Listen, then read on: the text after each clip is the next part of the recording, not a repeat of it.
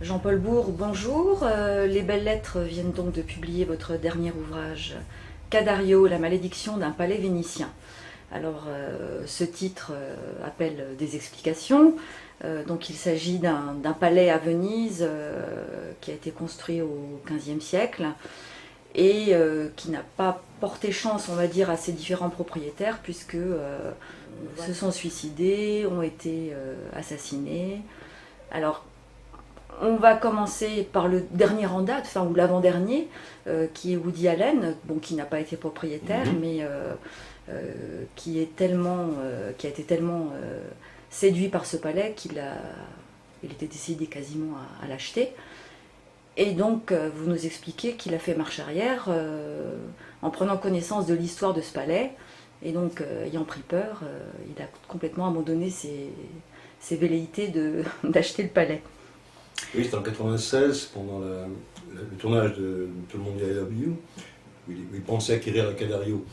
Quand il a su la réputation sulfureuse du palais, les médias en parlaient à l'époque, il a fait marche arrière aussitôt, c'est-à-dire connaissant le côté en plus hypochondriaque, plein de pathologies de Woody Allen, ce qui peut se comprendre. C'est-à-dire la réputation sulfureuse, c'est-à-dire la succession de morts violentes, morts par meurtre ou suicide, bien souvent, dans les trois quarts, suivi d'une chute financière du propriétaire du palais Dario. Et donc ce palais a été construit au XVe siècle, sur les bords d'Orso Duro, par Giovanni Dario.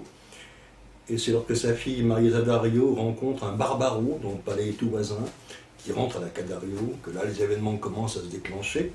A commencé bien sûr par la faillite financière, la perte de pouvoir de son père, qui était un grand du Conseil de Venise, par sa mort violente, suivi par la mort de sa fille, Marietta Dario, qui meurt emmurée dans l'une des pièces du palazzo, et suivent une succession ensuite de faits violents, puisque le père Barbaro, le beau-père, meurt assassiné. Par la suite, très peu de temps après, un certain arbitre Abdol, milliardaire diamantaire, achète la Cadario, meurt dans des circonstances violentes aussi et étranges. Et la succession se poursuit. On a au XVIIe siècle un propriétaire de la Cadario, qui est un Barbaro à ce moment-là, qui meurt assassiné en Crète.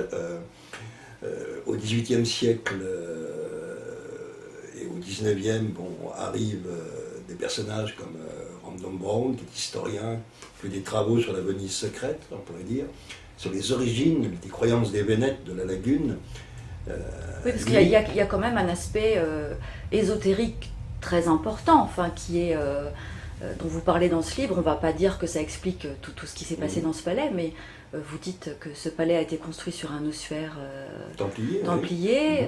Il y a tout un tas de choses comme ça, un peu étranges, occultes, qui se déroulent autour de ce palais, et à Venise en l'occurrence. Mais la Cadario est construite d'abord par un architecte qui est Lombardo, qui est l'architecte du tombeau de Dante. Dante très proche, entre autres, des courants templiers, des idéaux templiers, comme beaucoup de fraternités à l'époque à Venise, reliées à l'occulte, à la Kabbale, à tout ce qui venait d'Orient, avec les combats entre, bien sûr, Venise et les Turcs en Mérégée, les échanges se font aussi.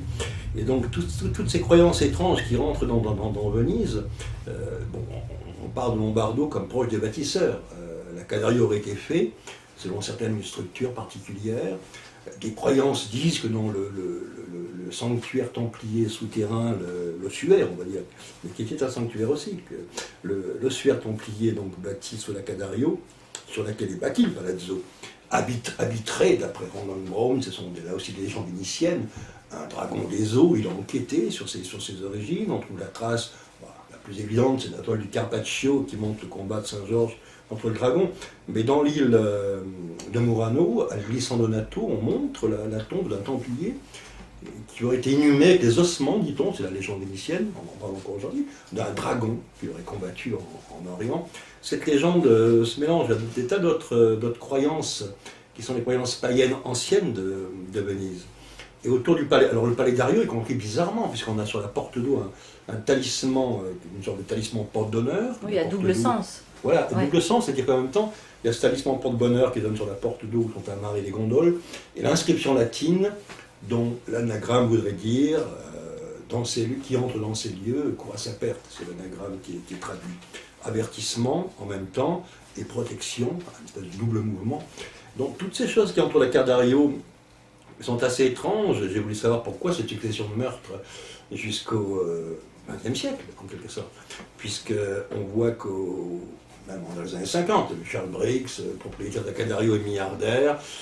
Son amant, est homosexuel, meurt assassiné. Le propriétaire de la Cadario est retrouvé mort au Mexique dans une chambre d'hôtel. Ça, c'est les années 50. En 70, on a Filippo De Lanz, propriétaire de la Cadario, qui meurt lui aussi, la tête fracassée par une statuette la nuit de la fête du Redentore. Ensuite, on a Kit Lambert, le manager des Who, qui achète la Cadario et qui meurt lui aussi d'une mort violente. Puis ensuite, des milliardaires, des hommes appartenant au grand lobbying et au multinational, comme Raoul Gardini, le dernier en date, bien sûr, Fabio Ferrari aussi, qui étaient propriétaires de la Cadario dans les années 80-90, qui meurent, eux, assassinés. Le dernier en date, Raoul Gardini, du groupe pétrochimique Montedison, est retrouvé avec 2 balles dans la tête, donc, et non pas une, d'après le compte rendu de la police.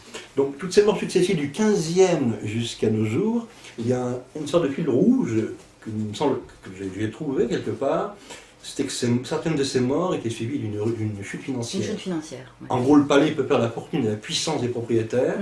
La preuve, le conseil de Venise, Dario, c'était grands, puis d'un coup, hop, il plonge, c'est la faillite, rien. Ouais. Et la plupart, ça a été ça, pas tous, mais bien les 3/4 des personnages morts violemment dans la Cadario. Donc, dès le XVe siècle, la Cadario est une sorte de place forte financière, ça c'est important, autour de laquelle tournent des croyances occultes, ramenées par les Templiers, entre autres. On sait que les Templiers voulaient créer des États-Unis d'Europe, c'était un projet mondialiste. Leur devise est encore là, sur le palais Vendramin, à Venise, non nobis, domine, seigneur, c'est la fameuse devise templière. Ils sont à l'origine de la Cadario eux aussi, l'ossuaire est construit en dessous. On a trouvé dans les archives de la Cadario une sorte de traité d'économie arabe qui parle d'un projet d'économie sur la distance, comme l'auront fait les Templiers avec la lettre de change, créant en quelque sorte une économie qui se déplace, nomade, ce qui est le début de la mondialisation. Et on le retrouve avec les récents propriétaires liés à la loge P2, loge néo-templière, ce qui est étonnant dans les années 90, par rapport aux origines du palais Dario. Assassinés dans ces histoires d'opérations main propre lancées par Luigi Falcone. En gros, ce sont des personnages, donc certains appartiennent à des courants, on va dire, d'extrême droite, nationalistes, mais manipulés par certains grands personnages d'un fameux réseau qui s'appelle le réseau Gladio, un réseau atlantiste, un réseau de l'OTAN, manipulé pour les mêmes raisons de mondialisation. Alors, à votre connaissance aujourd'hui, avec tout ce passif un peu lourd, est-ce que quelqu'un a le courage de se réintéresser au Palais Dario en tant que futur propriétaire ? Actuellement oui, puisque d'après, mais bon, oui bien sûr, on commence à parler de toute cette histoire déjà, même certains guides touristiques, il y a quelques lignes sur la malédiction du Palais Dario, donc ça ne sort pas des abîmes sans fond. Mais oui, de nouveaux propriétaires s'installent depuis peu à la Cadario. Il y a une animation autour du Palazzo. Alors bon, je ne sais pas qui ils sont, mais le Palais Dario, qui est une propriété privée, on ne peut pas la visiter. Elle a toujours appartenu à quelqu'un, ou mise en location à certaines époques. D'accord, donc on verra un petit peu les suites de cette histoire, et si le nouveau propriétaire est aussi malchanceux que les précédents. En tout cas, merci beaucoup Jean-Paul Bourg pour les quelques instants que vous nous avez accordés. Merci.